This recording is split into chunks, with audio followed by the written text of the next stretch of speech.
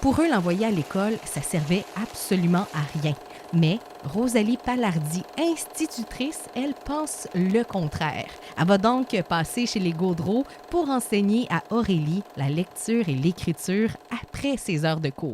Parce que devant chaque grande femme, il y a toujours un homme qui lui fait de l'ombre. Il faut farfouiller, dépoussiérer, chercher pour qu'on puisse se le raconter, notre matrimoine. Parce que même si l'histoire a voulu les oublier, elles ont bel et bien existé. Ces femmes ont une histoire et un nom. Je m'appelle Valérie Deschamps, je suis professionnelle en matrimoine et conteuse. Je vous souhaite la bienvenue dans le balado Team Madame.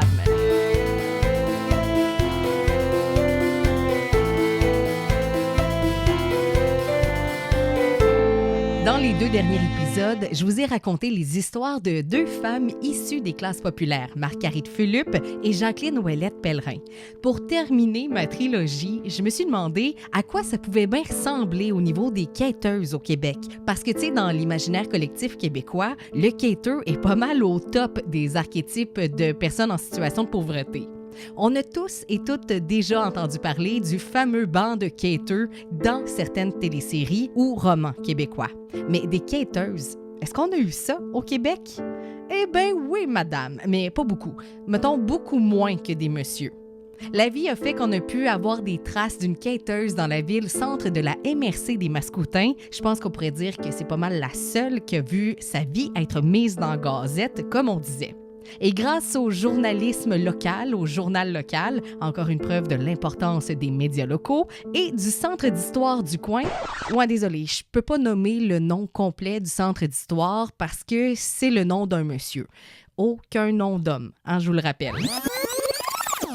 Ben, on a pu voir sa vie être racontée à travers les années et il y a quelques temps seulement. Faisons place maintenant à notre matrimoine avec le voyage d'une porte à l'autre et Aurélie Gaudreau. Avant de parler d'elle à proprement dit, j'avais envie qu'on s'offre un petit tour d'horizon dans l'histoire du quêtage, de la gueuserie, du vagabondage québécois. Qui, quoi, quand, où, comment ça s'organisait la mendicité au Québec. C'est depuis le début de la colonie qu'on a voulu encadrer ce qu'on appelait la gueuserie à l'époque. Comme c'était une colonie en développement puis qu'on mettait de l'avant le travail et la bonne tenue des habitants et des habitantes, on a rapidement défini ce qu'était une personne mendiante. Depuis le Moyen Âge, il y a 3 caractéristiques qui sont constantes, qui viennent définir ce qu'est une personne sans aveu. À l'époque, là, c'était ce qui liait un vassal à un seigneur, et si ça te lie, ben, c'est que tu as quand même une place où rester. On parle donc d'un manque de ressources, donc une extrême pauvreté. On parle de paresse également parce qu'on disait là, que tout le monde ou presque devait et pouvait travailler, surtout dans la colonie qui était en développement. Et il fallait être en mode errance, pas avoir de maison, de foyer ou de toit.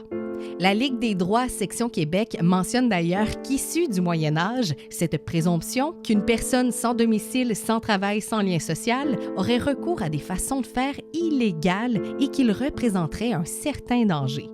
Comme quoi que plus ça change, plus c'est pareil. Vers la fin des années 1600, la colonie de la Nouvelle-France voit ce que les autorités françaises appelaient le problème de la gueuserie introduite à Québec. Il y a environ 3 ans que la gueuserie s'est introduite en cette ville par 4 ou 5 femmes des lieux circonvoisins qui ont fait prendre la hardiesse à d'autres d'y venir aussi gueuser. Même à des hommes qui peuvent bien travailler et à des jeunes gens qui pourraient servir les habitants. Et le nombre des digueux s'étant tellement multiplié depuis les 10 temps attirés à cette vie oisive par la facilité qu'ont eu de donner aux portes. Je comprends pas tout ce que je dis moi-même. C'est vrai que c'est pas facile à comprendre vite de même. Rapidement, là, c'est que la gueuserie au Québec aurait été introduite par des femmes, puis que le tout s'est propagé parce que tout le monde donnait à ces gens-là. Mais que c'est la faute des femmes, tout ça. Encore, toujours, les femmes, la source de tous les maux. Après que ce soit notre faute parce qu'on aurait mangé à la pomme, ben là, on n'a pas de pomme à manger, puis c'est encore de notre faute.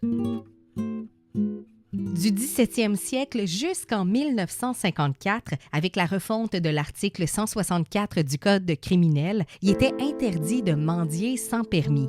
Ça prenait un certificat de pauvreté. Fallait que tu prouves que tu étais un bon pauvre, mettons. Fallait que les gens sachent que certains avaient le droit d'être pauvres et de recevoir l'aumône, puis que les autres, ben, c'était juste des lâches, fallait pas leur donner. Ce permis-là devait être signé depuis moins de 6 mois par un prêtre, un pasteur, le ministre de l'Évangile ou par 2 juges de paix demeurant dans la municipalité où le mendiant mendiait. Si le concept de la pauvreté demeure, celui du châtiment, lui, bouge dans le temps. Passant du châtiment corporel au carcan, je suis même tombée sur une quêteuse de la Nouvelle-France, Élisabeth Coutan, qui s'est fait prendre en 1740. Elle, son châtiment, c'était de devoir retourner avec son mari, puis c'était interdit pour elle de le quitter. L'histoire raconte pas pourquoi elle mendiait, ni comment elle a poursuivi sa vie après avoir retourné avec son mari. Puis quand tu regardes ça, l'histoire le raconte pas, mais peut-être que le mari a une part de responsabilité dans la mendicité de cette femme-là. Mais ça, c'est contrairement à Aurélie Gaudreault. Aurélie est née le 6 novembre 1837 dans le village situé à une vingtaine de kilomètres au sud-ouest de la ville-centre de la MRC des Mascoutins. Elle est l'avant-dernière d'une famille de 13.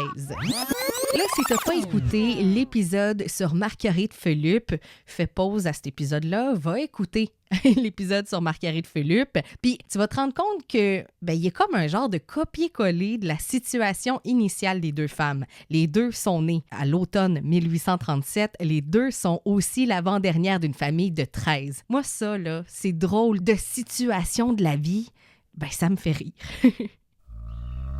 Aurélie vient d'une famille d'agriculteurs, des fiers, des braves, des valeurs qui seront au cœur de notre quêteuse mascoutaine. Les parents d'Aurélie la considèrent comme simple d'esprit. Aujourd'hui, on pourrait plus dire avec une certaine déficience intellectuelle. Pour eux, l'envoyer à l'école, ça servait absolument à rien. Mais Rosalie Palardy, institutrice, elle pense le contraire. Elle va donc passer chez les Gaudreault pour enseigner à Aurélie la lecture et l'écriture après ses heures de cours. Tu sais, la sororité, c'est aussi ça. Aurélie en sera reconnaissante toute sa vie. On sait qu'Aurélie Gaudreault habitait avec sa mère, 2 frères et une sœur à la maison familiale en 1871. Une petite preuve ici de l'importance des recensements. Les ploucs qui veulent couper ça, prenez des notes. Lors du décès de sa mère, elle quitte son village natal pour se rendre dans la ville qui détient le titre de technopole agroalimentaire du Canada. Et pour de vrai, c'est un défi de nommer aucun nom d'homme quand le Québec en est plein dans sa toponymie. Moi, vous le dire, c'est vraiment pas évident. Je me plains pas, mais ça montre à quel point on a du chemin à faire encore dans nos différents noms de lieux, de places, de rues, bref, un peu partout. Quand on regarde les recensements, on sait qu'en 1911, elle louait une chambre et qu'elle était catégorisée comme mendiante. Dans l'histoire de la mendicité, il faut comprendre que chaque personne avait son secteur. Aurélie, elle, avait ses quartiers. Elle quêtait juste dans les quartiers riches. Comme les quêteurs ruraux qui passaient 1 ou 2 fois par année dans le village avec quasiment la même date de passage, notre quêteuse de ville, elle, était aussi rodée au quart de tour. À chaque jour, elle était attendue à quelque part.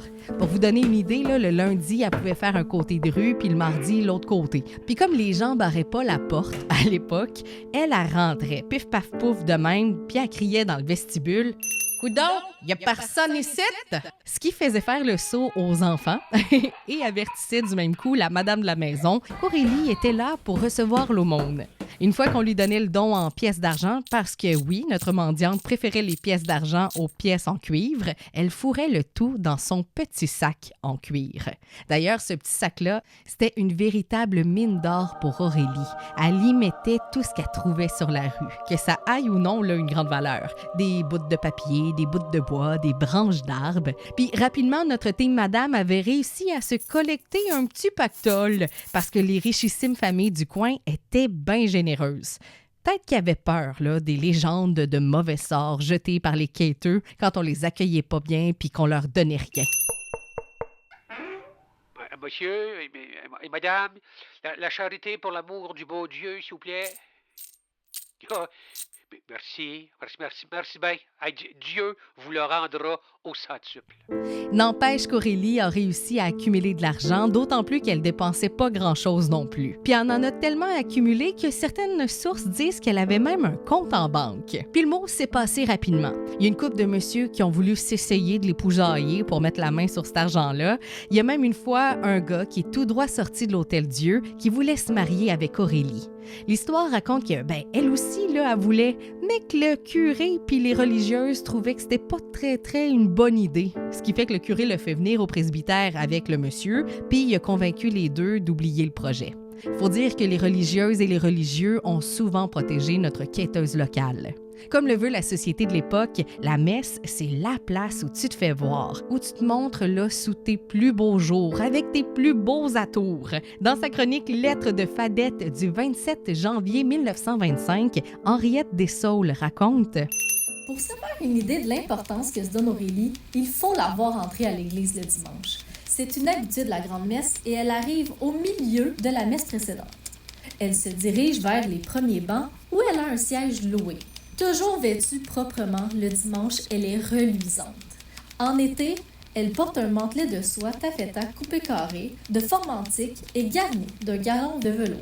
En hiver, elle a un bon manteau de drap avec collet d'astrakhan. Toujours un chapeau tout rond, paille ou velours, orné en avant d'un gros palumet vainqueur. Gantée, proprette, toujours pressée, l'air fière, elle sait qu'elle est quelqu'un dans la place et elle ne le laisse ignorer à personne. À la quête, elle donne son aumône comme il convient à une demoiselle qui a des rentes. By the way, on en doit beaucoup à Henriette Dessaulles parce que c'est grâce à elle qu'on en sait autant sur celle qu'on appelait Peu-Plume. À partir de 1925, les choses ont changé dans la cité où la devise est « Nous revivons par amour et courage ». Il devient complètement interdit de mendier. Ce qui fait qu'Aurélie change ses façons de faire. Elle a une tournée beaucoup moins fréquente, mais on lui donne maintenant plus qu'avant. Ce qui fait qu'au final, Aurélie est quand même bien heureuse. Elle disait justement que... Moi, j'aime tout le monde, puis le monde me traite bien. Qu'est-ce que vous voulez que je demande de plus? Je suis bien satisfaite. Peut-être simple d'esprit, comme disaient ses parents, mais pas mal terre à terre. Elle suivait l'actualité, lisait les journaux, puis elle inventait même des petites devinettes. Que ce qui est blanc et noir, qui parle pas, mais qui fait bien jaser? La gazette.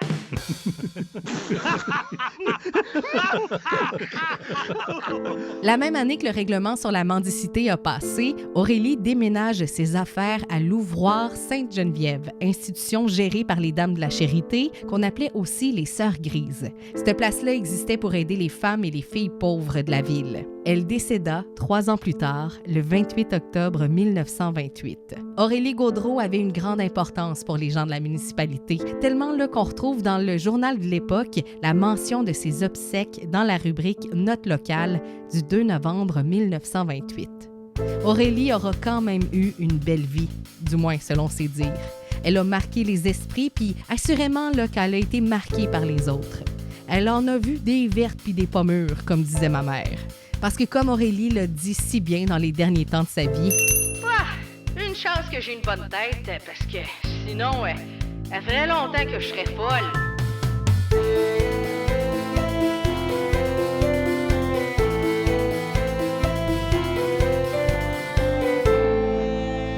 La bande sonore est une composition originale de Dominique Brouillard. Le visuel du balado T'es Madame est une création d'Ève Courtois, illustratrice. Merci à Marc-André Fortin de prêter sa voix à certaines lectures encore une fois. À Anne-Marie Gagné de Poetry Panacée d'avoir accepté de participer au balado. Elle interprète les dires de Henriette Dessaulles dans sa chronique Lettres de Fadette dans Le Devoir du 27 janvier 1925. À l'idéation de T'es Madame, à la recherche, à l'animation, rédaction, scénarisation, montage, moi-même, Valérie Deschamps.